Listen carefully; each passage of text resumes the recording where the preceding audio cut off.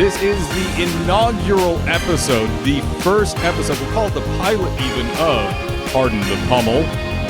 We took a while to workshop the name because I promise you, the other name that I had, not as good. I'm Dan, and I will be your moderator tonight. You're not going to hear my voice too much. You're going to hear the wonderful hosts of the broadcast far more than me. We're going to open up with the news orc himself. You know him from all of his regular weekly news broadcasts as well as his YouTube page, Vrograg Fishslayer. Good day, Vrograg.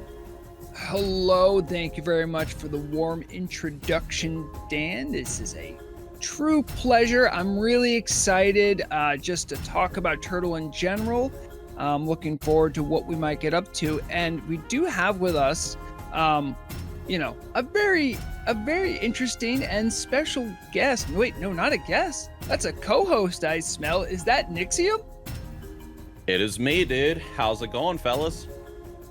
Good to have you here, Nixxiom. Thank you so much for coming on and being a part of this project. As the episodes and months go, I'm excited to see where you guys take this broadcast. It's going to be a lot of fun to see it evolve. Now, really quick, where do people know you from, Nixxiom? Where do people know me from? Probably a few different places. I mean, the biggest place would probably be YouTube. Nixxiom. I got really big, like making WoW Machinima back in the day, and then eventually I kind of transitioned to making what I just call like commentary style content, just like sharing my thoughts on WoW and MMOs in general, whatever. And I'm also, not so much recently, but I was a frequent streamer over on Twitch and such for quite a while. And other than that, maybe people just know me from maybe just encountering me in a Steam game or something, with me just going crazy on my microphone every now and then, really trying to get into, like, I don't know, if I'm playing some like history game or something, I'm that dude on the microphone trying to be like fully in character and whatnot, like in the firing line or something. So I was gonna say you're the latest PUBG star on the mic there, but that might be a little too serious business there. Oh, hold on. You're saying there's another video game? Yeah, I play quite a few games in the background, other than just MMOs. What? Secretly. That doesn't sound right. I'll have to check into this. Yeah. If other video games other than WoW exist? Yeah. What? This is ridiculous. Yeah. No. I will have to look into it for sure. I'm gonna gently slide my minor Warhammer addiction off to the side. Oh, dude, yeah. This. Oh, dear. There you go, dude. Warhammer for the Emperor. D&D. Dude, I got a big D&D party happening at my house this Saturday. Oh, there we go. Okay. Yeah, oh, that's fun. All right, let's go ahead and get right into what Pardon the Pummel is. If you've ever seen, any of those sports broadcasts where you have two people talking about a topic and maybe going at each other a little bit, but also trying to find that common ground, trying to get into a topic in depth, that's really what we're aiming for with this. So there's going to be 4 different topics that Nixxiom and Vrograg here kind of take apart over the course of the broadcast. Let's get right into this first topic. And the first topic is a good general kind of introductory discussion. And I'm going to direct this at Nixxiom first here. It's all about why classic, why turtle. What's the reason that you want to turn that clock backwards?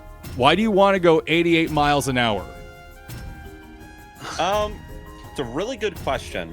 Dan didn't give us too much time to prepare for this, so here's straight off the cuff. Here we go. Actually, he did. I'm just lazy. But the hell is preparation? We had weeks run up for this, and then I was suddenly like last week, all right, we're scheduling right now. Is that the rogue ability? I do have that. All right, so like why classic WoW? Well, the simple answer, at least for me, is I think that classic WoW is just a really, really well-made game. I think it is vastly better than I can't even think of another MMO on the market that I enjoy as much as classic WoW. Maybe Lord of the Rings Online. Yeah, I'm one of those guys that plays Lotro.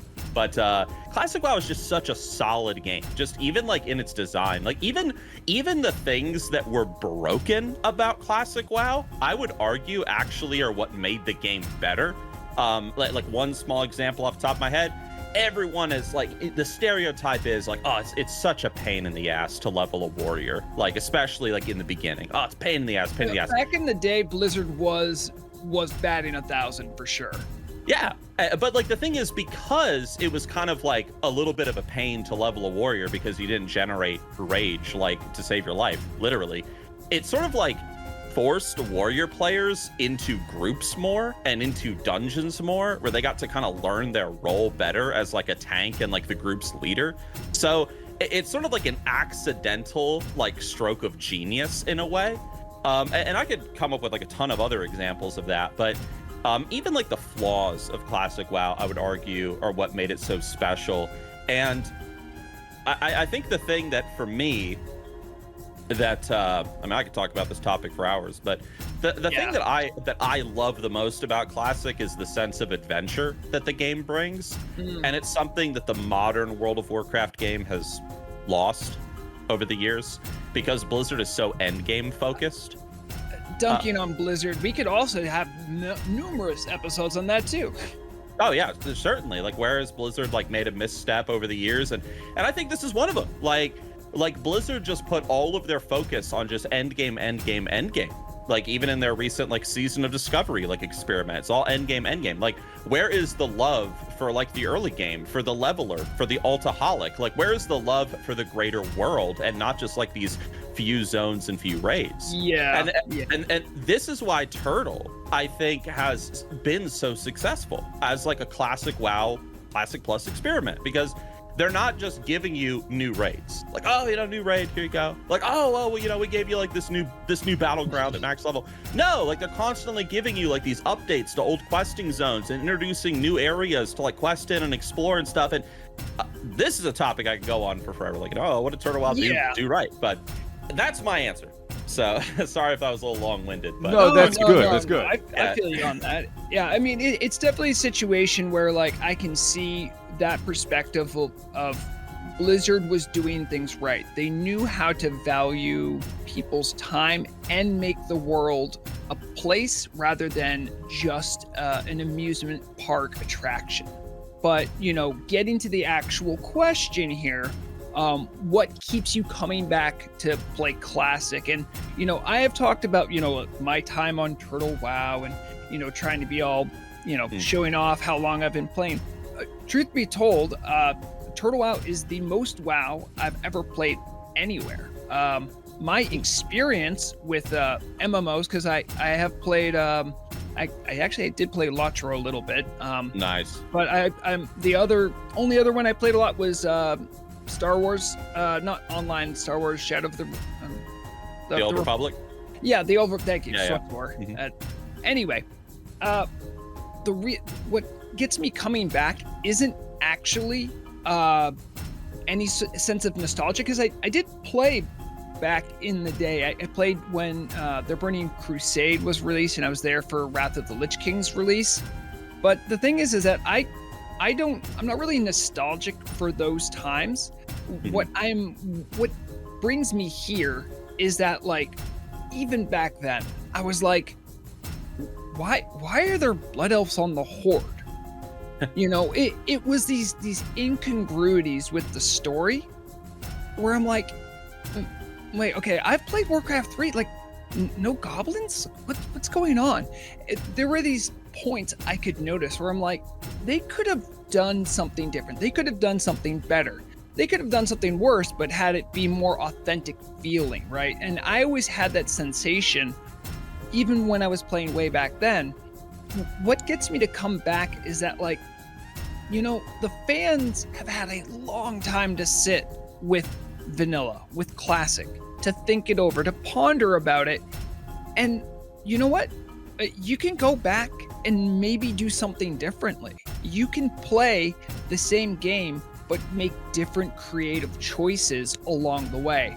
That, for me, is the real gold. Like, that's the thing that I think Turtle WoW really does that attracts me. Not everyone else sees it the same way. They're attracted to different things, but Turtle WoW to me isn't looking into the past. It's actually looking into like a new future, if that makes sense.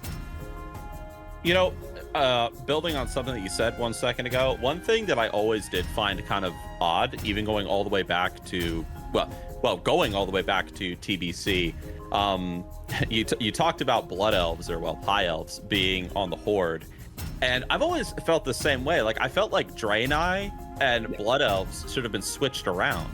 Yeah, like, because, like, why? Because even like for Draenei, like, you know, Draenei are just like exiled Eredar, like in the lore, and it's like, okay, well, the Forsaken are like these humans that have been exiled out of humanity for being undead. Orcs are literally exiles from like a dead homeworld. You know, like trolls have been sort of like, they just kind of fit better like over there. I mean, you brought up Dungeons and Dragons before, right? And I mean, there is a distinct difference between some place like Faerun and a game system like Spelljammer, where like I feel like the second you step off to like, oh, by the way, these goat people, they also came here on a spaceship. Yeah. And I'm like, what? Huh? Right. Like, don't get me wrong. I know the goblins and the gnomes, they got some pretty cool gadgetry, but like really? This is the only race that could be here to equate the other race. You pick space goats. Yeah.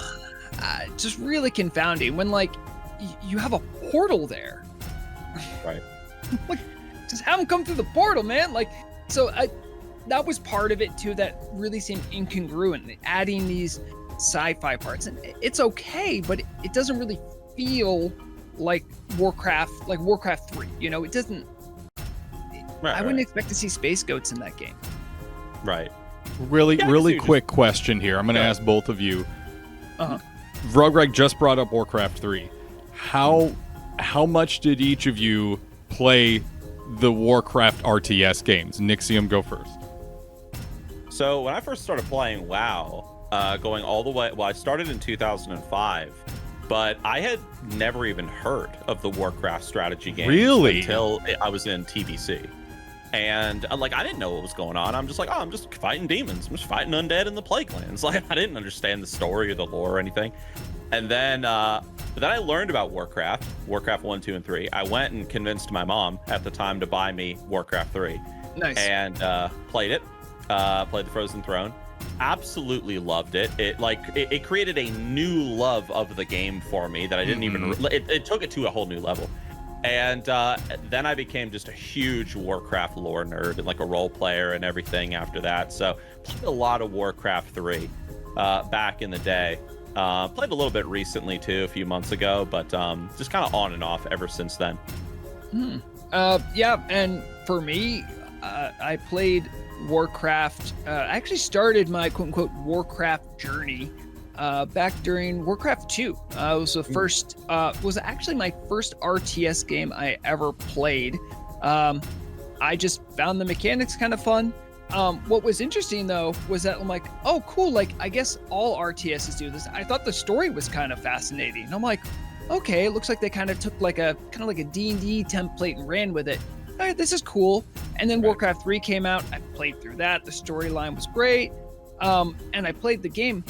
And this, I know not many people will see it this way, but for me, I was like, I played the game and I find the story a little bit more compelling than these gameplay mechanics, but all right. Like, I was like, wow, they really, because you looked around and not many games had a storyline as compelling and as strong for what essentially was a military strategical combat overlay system. I'm like, it felt like a bit much, but I was like, all right, cool. That's how I started playing Warcraft. It's good. So there never we go. Played the first one.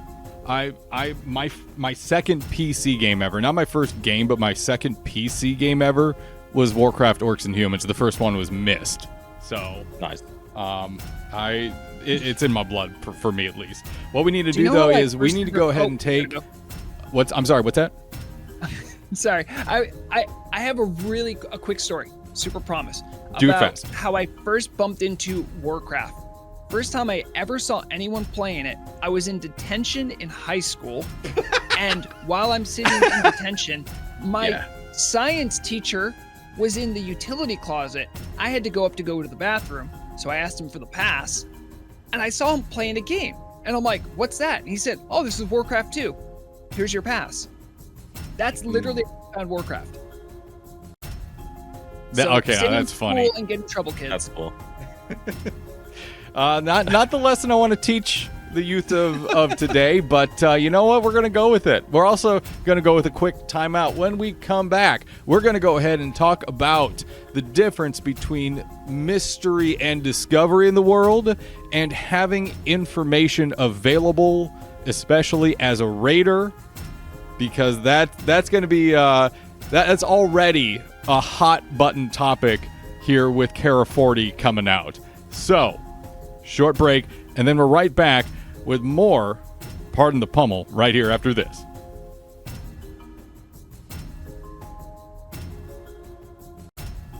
Welcome back to Pardon the Pummel here on Everlook Broadcasting. We're going to go into our second segment here where I'm going to ask the boys about where they fall when it comes to mystery and discovery versus information access, databases, and public test realms. This with Kara 40 and its date having just been announced. We're recording this a little before when we're releasing it, but that's okay.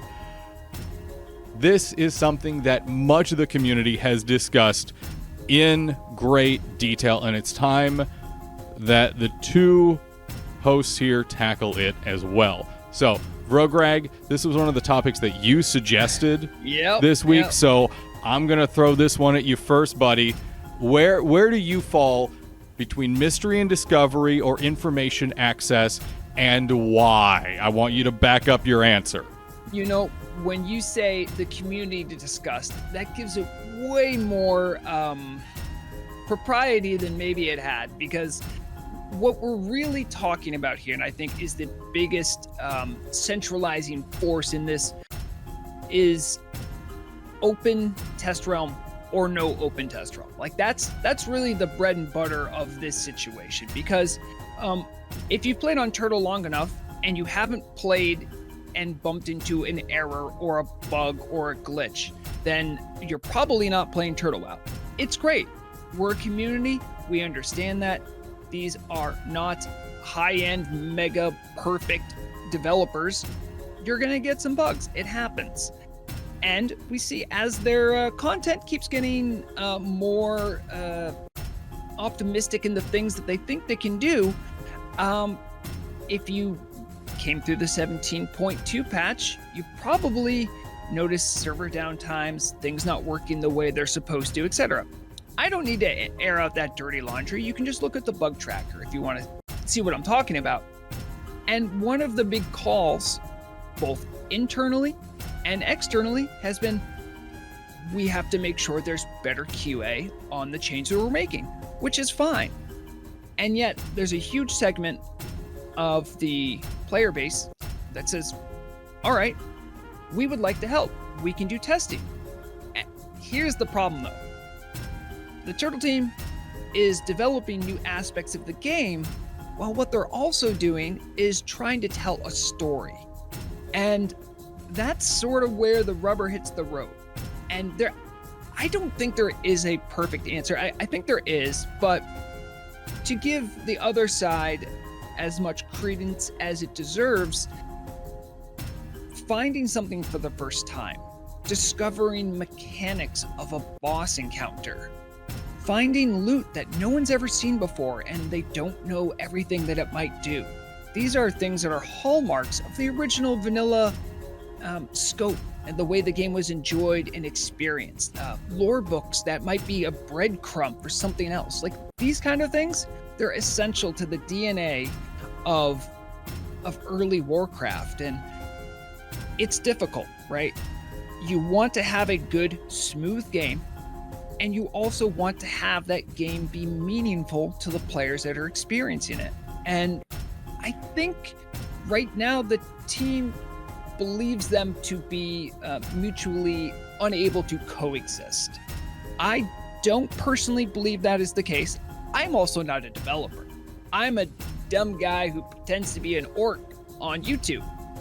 So, what does my opinion on this really matter? What I will say is, I think the team could do more to make a test realm possible, but I need the secrets. I love discovery in Turtle WoW. I love discovery anywhere. I do community journalism. Of course I love mysteries because I like investigating. That's how it works. I hope I painted a good enough picture there for you to pick up on Nixxiom, because I'd love to know what you think about this too. Like, where do you kind of draw the line with what's okay for discovery versus what's okay for the community being able to help out and look under the hood to make the car run better? So I'll say that for a lot of people, when they're playing an MMO, at least in my experience, talking for myself and my friends, just like you said, they're really craving that adventure and that sense of discovery and not knowing what's around the next corner.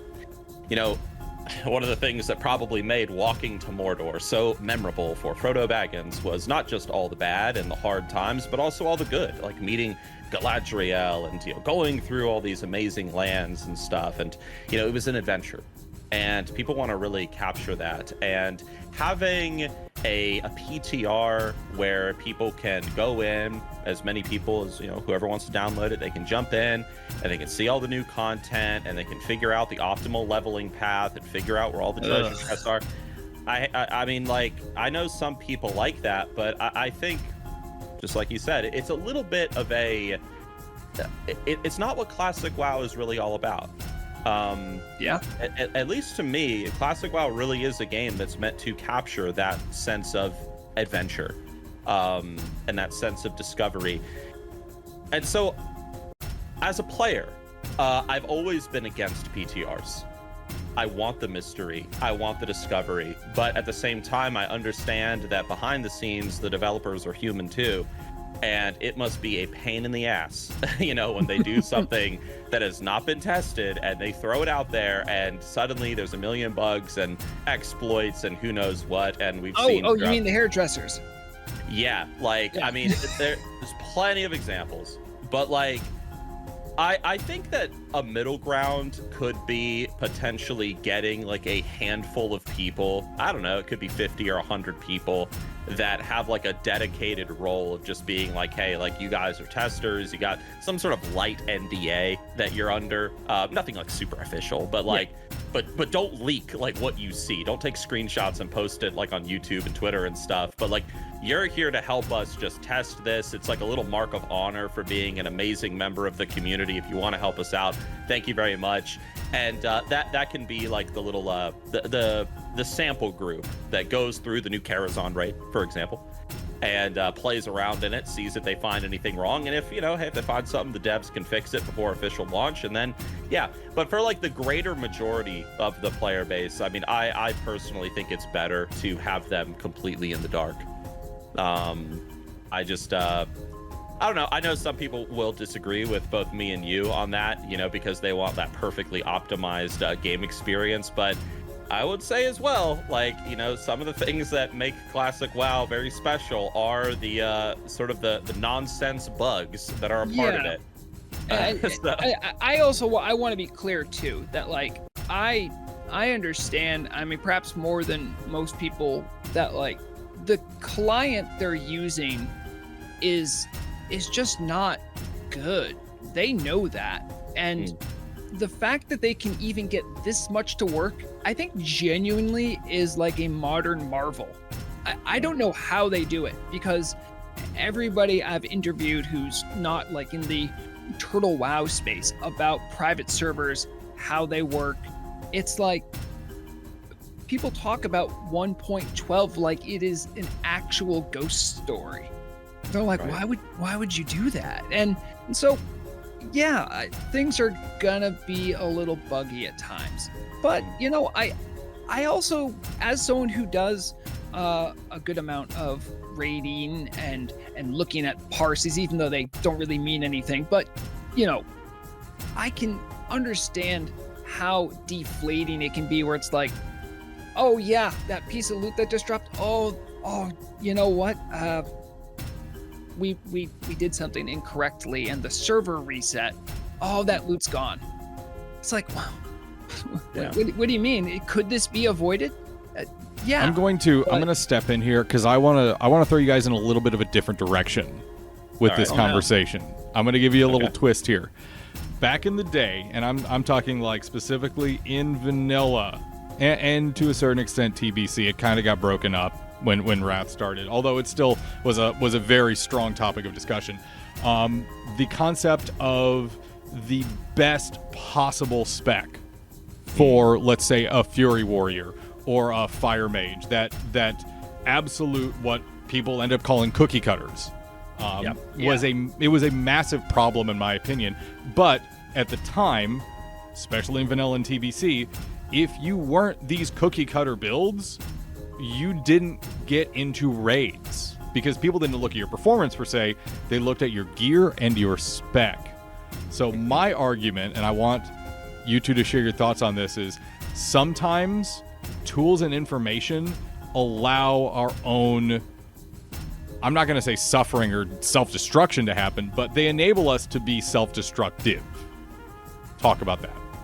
Well, I mean, okay, I understand that access to information is important for people that are playing this game, and obviously you can never really recapture, you know, the 2006 era, because looking at information back there, it was fraught with errors. You might actually be looking at a physical printout of that thing that they used to do writing on paper. That stuff. I can't imagine how much different that is than now, where we actually have a database. But access to information can, you know, it's really tough. You have this meta mindset that wants to say this is the best way to play the class, and then there are other people that say, yeah, but this is fun. So I say this in my content all the time. It's, if you're not having fun playing the video game, then it's no longer a game. Therefore, you should just stop playing. So I don't understand the mindset people put themselves through all this crazy rigmarole to do something that they might not even want to do. I think perfect information lends itself to that mindset. But culture is tough to sway on a dime, you know? That's a good point. Nixxiom, your thoughts? I guess my first thought that comes to mind, I'm still kind of like digesting the question, but I think my first thought that comes to mind is, I know that the meta builds and everything, the cookie cutter builds, that has been an issue in the WoW community for forever. And I know that this stereotype exists of like, oh, like, if you didn't play as this back in the day, then you wouldn't be invited into raiding, or if you didn't like choose these talents. I personally don't believe this. I think this is a hyper exaggeration. Oh, you never saw this? Oh no, I saw it, but I think it's a very exaggerated, because it's like, I mean, like you've got like guilds of these people that are working together, they're friends and stuff. I mean, this is what I saw like in all my years raiding, and it's like, okay, yeah, like, you know, Bigglesworth over there, yeah, maybe he doesn't have like the most optimal whatever like layout in his talents, but this is how he likes to play, and he was just brought along anyway. Now, of course, if you're talking like high-end raiding guilds, like people actually, you know, going big dick energy with it, yeah, of course, like everyone's going to be following the cookie cutter specs and chasing the meta, as they say. But I think for like the average person playing the game, I don't think that, and I could be completely wrong about this, but I don't think that people really have experienced this to the degree that some people like, you know, hype it up. Yeah, that's true. I definitely seen that.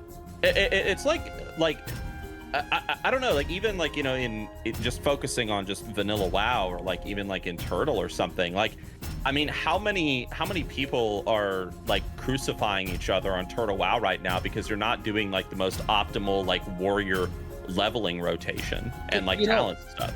This is a really good topic, and this is something that I've said this in different places, but I feel like at times Turtle WoW accidentally does the best thing.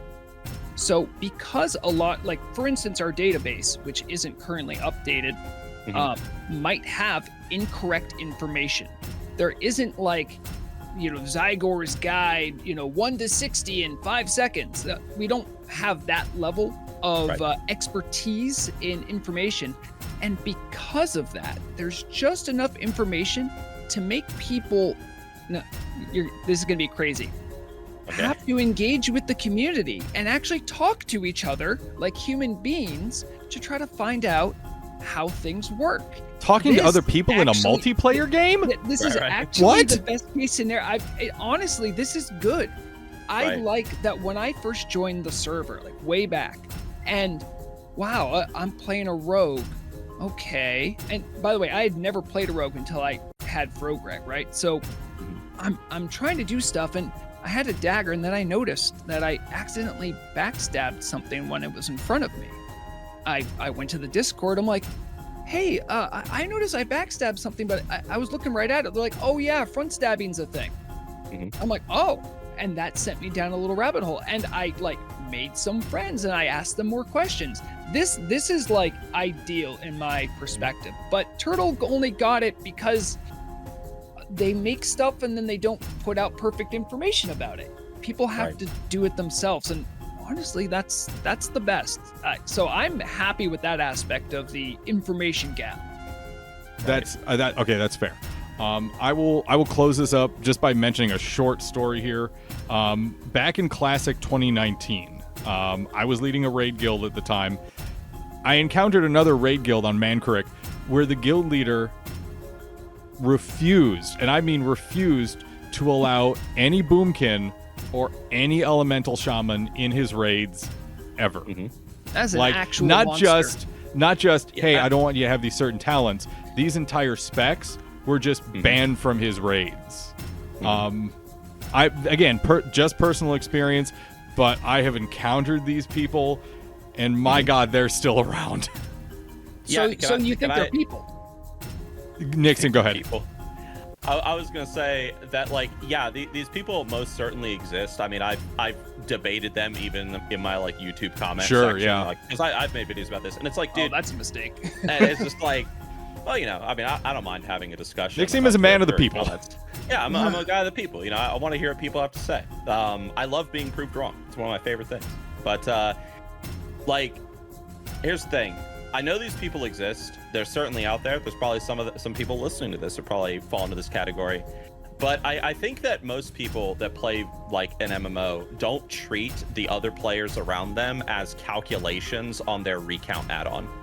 Like, they're actually treating them as people. Like, oh, this guy wants to play a boomkin. Should he be playing feral? Is he gonna get like 0.7% more DPS if he went feral? Probably, yeah. But who cares? Like, the dude's having fun. And is the boss dying? Yes. If the boss is not dying, okay, now we can have a discussion. But if the raid's getting done, what's the big deal?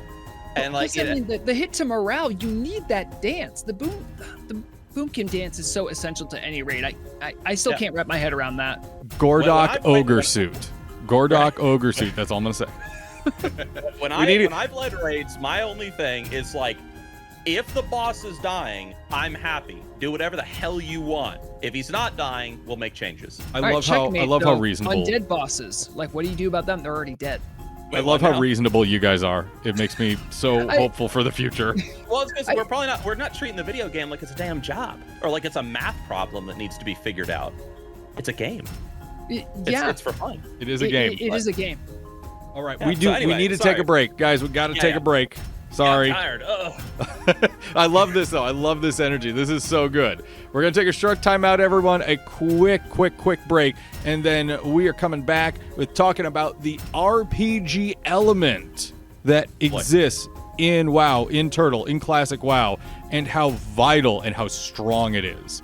So, time out, then we're right back coming up after this.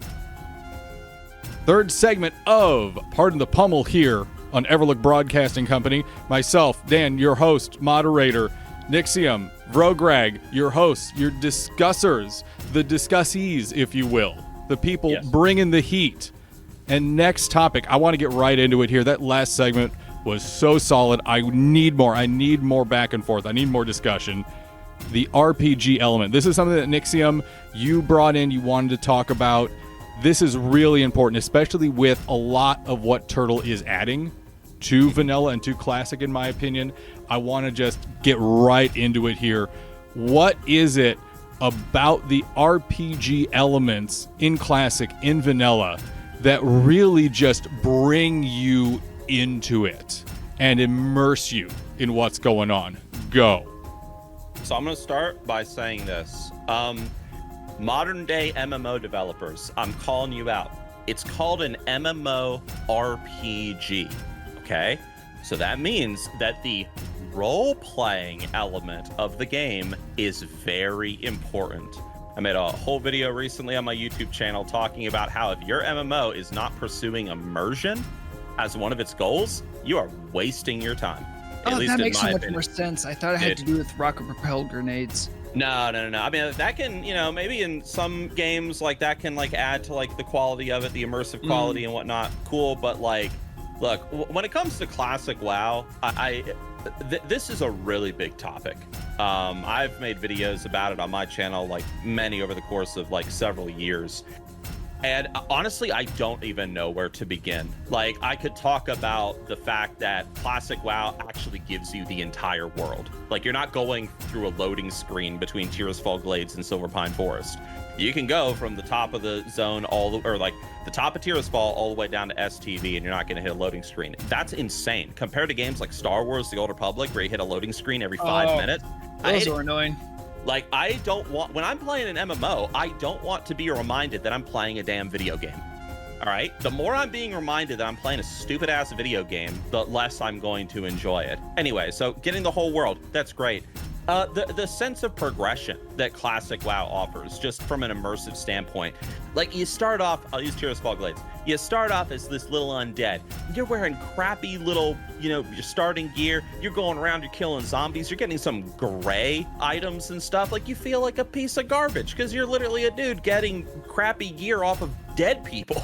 And then, like, you're slowly getting, like, new weapons. You get your first green. Holy crap. You actually get this sense of progression that goes along with the fact that classic WoW is trying to make you feel like you're on an adventure.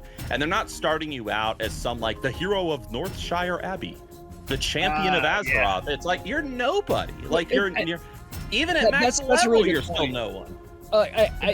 When you talk about that, reminds me of something that's so instrumental about RPG. Right. And it's that you are just a guy. Like, you're just that dude on the screen. When you play some of the future stuff, and truth be told, I haven't played past Wrath, but I am able to watch things that show me what it's like. Keep the streak alive, Vrograg. Keep it alive. You're more than that. You're like the hero of Azeroth. You're like some demigod that's just walking around, and it's like, how do you rectify, like, how do you account for that? Like, just like a couple months ago, I was just some dude. Now I'm this. Roleplay allows you for options. Like, you can't. The game's telling you what to be, and that isn't what RPGs are. Exactly. Yeah, it's a small thing that I don't think anybody's really talked about, but they talk about it, but not in the way I'm about to say it. One thing that I really hate about, like, the modern World of Warcraft game on Blizzard's side of the fence is I hate the whole, like, you are a champion of Azeroth, you are the hero, whatever. A lot of people hate that too. But one thing in particular about that I don't like is how World of Warcraft over the years, like, back in classic WoW, like, you're not, like, there's not this individual hero that went and stopped Ragnaros. It was a group of heroes. No one is the champion the defender, the whatever. It was a group of people. And then there was this weird shift into like this kind of strange individualism, like later on in like Blizzard's mindset, where it's like, no, you, the singular player, you are the hero, not the guild behind you. Not like the players that you grouped up with to defeat the Deadmines. It's you. A total inflection point for writing, because when you're writing for this kind of a scenario, when you write for this could be anyone doing anything, you're much more broad with how you present the world, how you present the game. When you do everything that's super hyper focused on raid, all your writing is just based on why is this big bad guy doing this big bad thing. That's great. I think that belongs as part of the world, but like, okay, so you have some guy that ruined most of Eastern Kingdoms. Okay, we all know about Arthas. Well, what about the people that are living there? What about like the villages on both sides of the faction war? Like, what does that mean for them, and how does your character fit into that? That's different than being like, yeah, you're the chosen one, you gotta go kill Arthas. Like, that's a whole different game. Right. And I think as well, like returning to the topic at hand, the topic at hand, you know. Yeah, we do that sometimes. What is it about like classic WoW that really adds to like the role playing element? I mean, yeah, you get the whole world. Yeah, there's the sense of progression. Yeah, you're a nobody. But I think on top of that, one of the things that makes classic WoW special to me, and it goes all the way back to our first topic, like, oh, what keeps bringing you back to classic compared to like other MMOs and stuff, is you can really shape your character to be who you want them to be. Maybe not like in terms of like, like immense transmog systems or like a super in-depth housing system, but like you have the ability to create a character, level them up. You could do your class quests, or you could just choose not to. You can level in this zone or that zone. It's not linear like at all, so you can just kind of go here, there, wherever you want. You can be whatever sort of warlock you want to be. You want to be demonology, you want to be affliction, that's cool. You want to build like a weird ass talent tree where you're like half affliction, half demonology, go for it. Talent plank. Yeah, like I mean you can really make your character whoever it is that you want them to be. Is it going to be optimal though? Going back to our second point, probably not. But who cares? Palm Pyro Mage is fucking awesome. I don't care if it's not optimal. Like hitting people with a presence of mind pyroblast is great. Like, oh yeah, it's great every time. I can't wait for the 3.5 set to come out, and there's going to actually be mages that can do 2 palms in a row. Yeah, Short Turtle, that seems like a good idea. Go run with that. I'm sure no one's going to abuse that. I love dude, I love that sort of stuff. Like even like the gear, true. Like having more like gear sets and stuff. I really I'm a big fan of sets in MMOs. Like I really I even would quietly suggest it at Turtle WoW, like, hey, more low-level sets, please. More low-level sets, especially craftable ones. That'd be really cool, little perks. But anyway, like the sets that you can get, even like in the game, that just like make your character feel like a badass. Like the damn Scarlet set. If you're playing a warrior and you're going through Scarlet Monastery and you're all decked out, you get the tabard and everything, it just feels great. Like, oh, I conquered Scarlet Monastery. Like, what have you done with your life? I braved the Wailing Caverns, dude. The sets also tell a story. Like, so even though there's transmog, the gear that you get, that you focus on, it's one of those things. Like I know you were talking about before, the way you tell a person is doing X, Y, or Z is that you can inspect them and look at their gear, right? And you can actually determine things about a character just by looking at them. So that's in the player's purview. What they can choose to do is that, like, if I am, really into stealth as a rogue, I want those boots of displacement. I want stealth on my cloak enchant. Like those are the kind of things that, even if it's a subtle choice, you're also showing that, like, this is the way that I'm choosing to play. And even though the subtlety buff spec is absolutely a joke, it's really fun. So like, I'm just going to do that. You can't stop me. There's no police. Well, there are. The GMs are great, but I haven't done anything to invoke their wrath yet. I want to calcify. I want to really like focus what you two have been talking about with all this, and I'm going to use a very specific term. role playing and the RPG elements, especially in an MMO, are so important for player agency. When a player feels like they're in control and it's their world to explore, and they're the ones that have to define why they're a hero, you suddenly put those opportunities in front of them for them to get a hold of and them to really embrace. I love the role-playing community, but I want to start off by saying I like role-playing. I'm not the best at it. I've tried it out. I do it every now and then. I have a great time. But the role-playing community literally has put this community on their back from the beginning. Nordinar started out as a RP PvE server.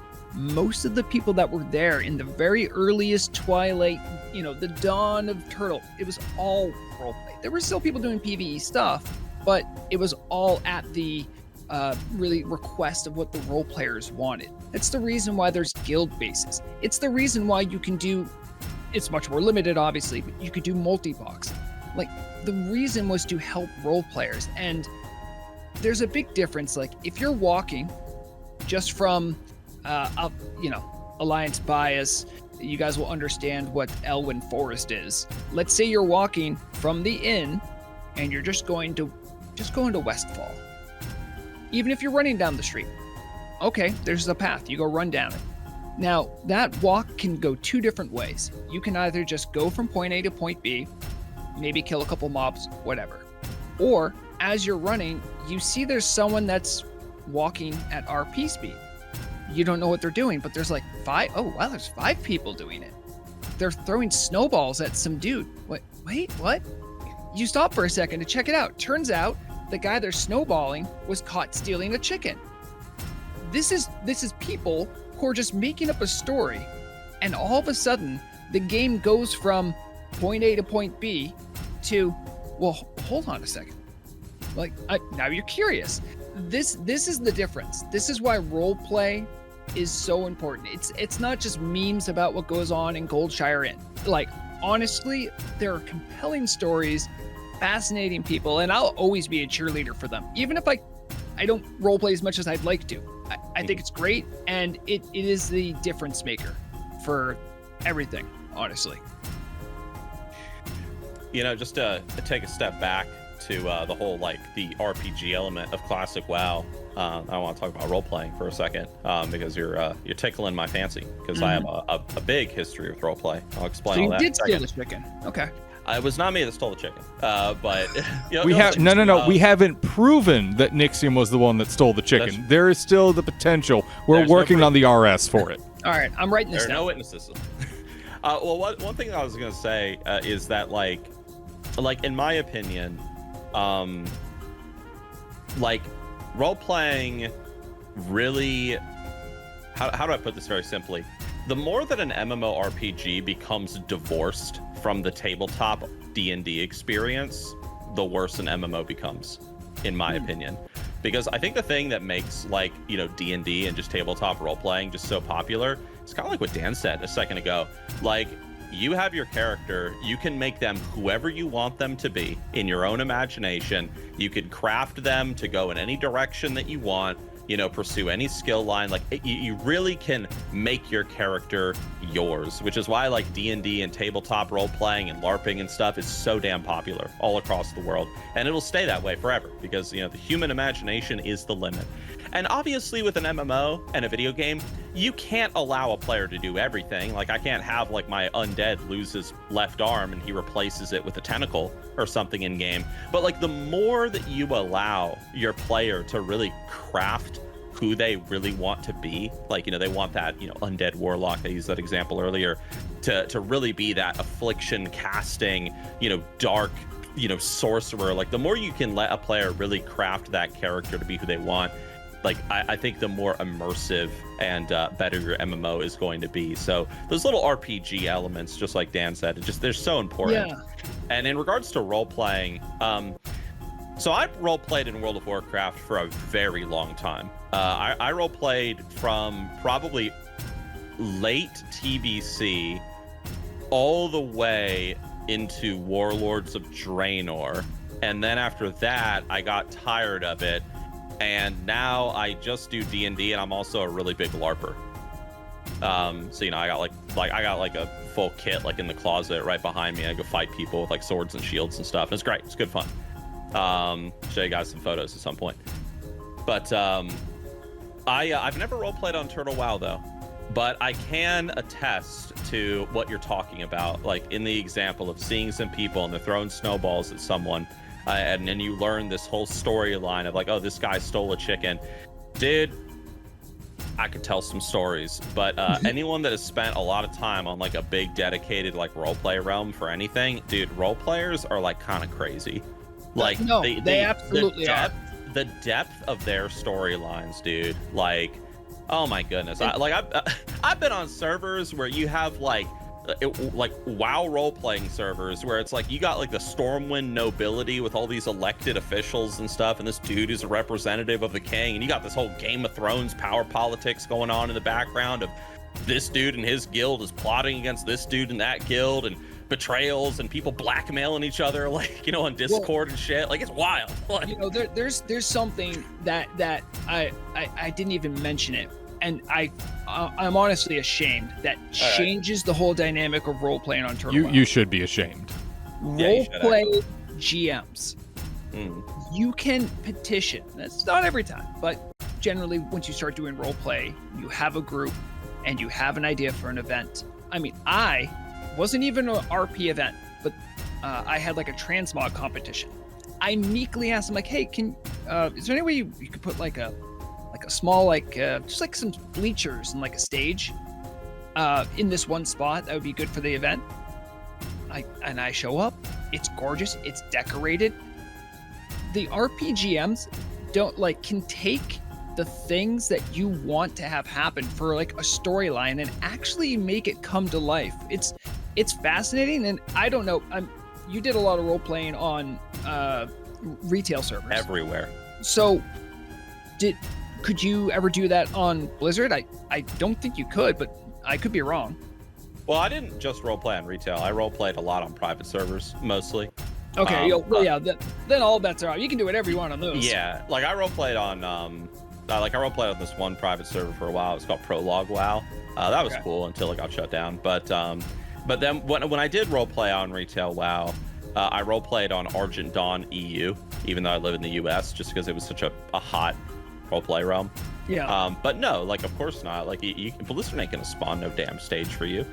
Like Blizzard doesn't even enforce their role play like name policy, like on role play realms. Like, you know, you'll be on it's like, oh, you gotta choose a role play name, and then you see some dude named like, you know, Wiener Sniffer or something like runs by you, and but of course this guy's the best role player on the realm. Greetings everyone, it's I, Wiener Sniffer, son of Wiener Handler. Like that's a proud lineage. You don't scoff at that name. That's a proud lineage. Yeah, the Wieners are very proud of their lineage. This is getting excessively Midwest. Yeah. Anyway. But yeah, that's my background. I would roleplay like on Turtle WoW and stuff. I mean, but it just right now, like, I mean, I got a kid on the way, and I'm kind of juggling a few different, like, you know, projects right now. So life is busy. For what it's worth, I will say this: there are public events you can just show up to. I intend to just say hi. Like honestly, the roleplay community is so sweet, and they know I'm pretty dumb, but like I'll show up to their things, say hi, like try to muscle my way through. But they're so kind. Like it. And if you don't understand something, they can show you how to do certain things, like you can do an emote while also talking in Say Chat. I saw someone do that, and I'm like, huh? Are you guys hacking right now? They're like, oh no, you just do this thing. I'm like, okay. Like, you know, and anyway, I will never stop singing their praises. But getting more back to the original topic, this aspect of the game really sort of unfolds into more of what makes an RPG is that you do need an element of role play. Is that, you know, I'm an orc rogue, okay, but rogues can take many different forms. What kind of a rogue are you? Like, what's your background? That kind of stuff.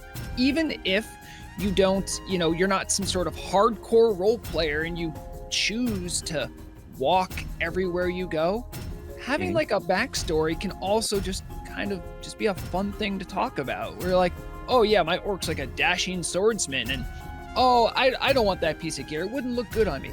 It's just like it's a little flavor, because at the end of the day, many of the game objectives are as simple as go kill 15 of those things and come back. That's pretty dry on its own. Role players are also the only players in an MMO that are not content dependent, because they create their own content. I know. They make their own stories, they create their own drama, their own like whatever. Like, yeah, maybe they'll do the raid, maybe they'll do like the new arena or something, but really what they really care about is the great political tension that's happening in Stormwind between all the noble houses, which is all just led by players. And I think that's cool. And also I would say that role-playing, to me, like when a game has a really strong role-play community and it's given players like the tools needed to have a really strong role-play community, I just think it makes the game special in a way that other games can't be. Like how many times have you gone on YouTube or something and you've seen some like historical like game, like recently, I learned about a game called like War of Rights, and it's like this Civil War simulator game, and you can watch these videos on YouTube of these dudes like lining up, with like their little guns and stuff, their black powder rifles. They got their little commanders being like, okay, everyone, like get ready to volley, and everyone's just role playing in game, like really getting into the character and stuff. And you see like these videos of World of Warcraft, like these events where players are doing like these big role play weddings, or like these massive storylines, all the art that has come out of the role play. And like, I don't know, role playing is like one of the great pleasures of gaming. Like I feel really bad for anyone who has never just role played in a video game for fun, or sat at a D&D table, or just whatever. Like, letting your imagination take you truly into the world, like that is special. And I think that game devs need to be giving their players as many tools as they can give without breaking the game, in order to make that easier and to let players be even more creative with the stories that they tell. There's one aspect of that I wish the devs could put into Turtle or Classic, and it's that kind of on the spot, I need to fill this role decision making that you have in tabletop. That this is a moment I have to make a choice here. How is my character going to make this choice? I wish that aspect could be in MMOs a bit better. And I don't know how that could be done. I mean, it's already in there. You can either choose to be allied with Booty Bay, or you can be a Bloodsail Buccaneer. That's right. I mean, listen, you got to know where to look. That's the thing. You have to know what you're looking at, and then you have to know how you want to approach it. And I will say, to their credit, the Turtle team has done a lot to enable as much of the accessory, as much of the side area stuff, to enable interesting and thoughtful roleplay. A really good example of this, just recently, I did some stuff with the second Gurubashi Empire with my Troll Mage. And they were trying to free ZG from some evil cultists. All right, great. And we didn't just go to ZG to just go do an instance and then clear it out and then have... No, like, the RPGMs helped us get into the uninstanced version and then had everything in there. And that's one of those cases where it's like, wow, they took what was there and they made something special out of it. And I gotta be honest, if you go right now to the uninstanced ZG area, you might find some artifacts of what these guys have been up to. Like that, I mean, I can't think of any better version of role playing than something like that for a game like WoW. Yeah. That was a great way to kind of put an exclamation point on what makes Classic and Turtle really special when it comes to that player agency, that ability for players to say, I'm not necessarily the hero here, much like retail kind of shoves you into. It gives you that freedom of, I'm a rogue working on the back streets of Stormwind, popping boxes for my lunch. You could do that. That could be you. This has been really special, though. This has been our first inaugural episode, the pilot episode of Pardon the Pummel. Nixxiom, Vrograg, thank you so much for taking the time to sit down and discuss these topics. We ended on a longer segment. We didn't end up having a break there, but the conversation was flowing so well, it would have been a crime to interrupt it. So we didn't do that one. So you stole the chicken. No, we can't accuse, right? Well, we can accuse, but we can't prove. I'm going to get to the bottom of it. Eventually here. Thank you so much, everyone, for listening. This will be available both on Everlook Broadcasting Company, live on our feed, and on the YouTube page afterwards. We're going to try and do these monthly, and we're going to bring a whole host of topics every single time we do that. Vrograg, quickly here, where can people find you? Find me on YouTube. Search for Vrograg Fishslayer. I make weekly news updates about Turtle WoW, its community, and even updates about Unreal Azeroth. Come check me out. And Nixxiom, where can people find you, buddy? Right now, I'm mostly active on YouTube. If you type in NIX on YouTube, you'll either get President Nixon or you will get Nixxiom. And I'm pretty sure I've overtaken President Nixon in the search engine. So that's pretty bad. Have you overtaken him or his head in a jar, though? No, I've not yet. Okay, All fair right, enough. calm We'll work down, on it. Drama. The final boss.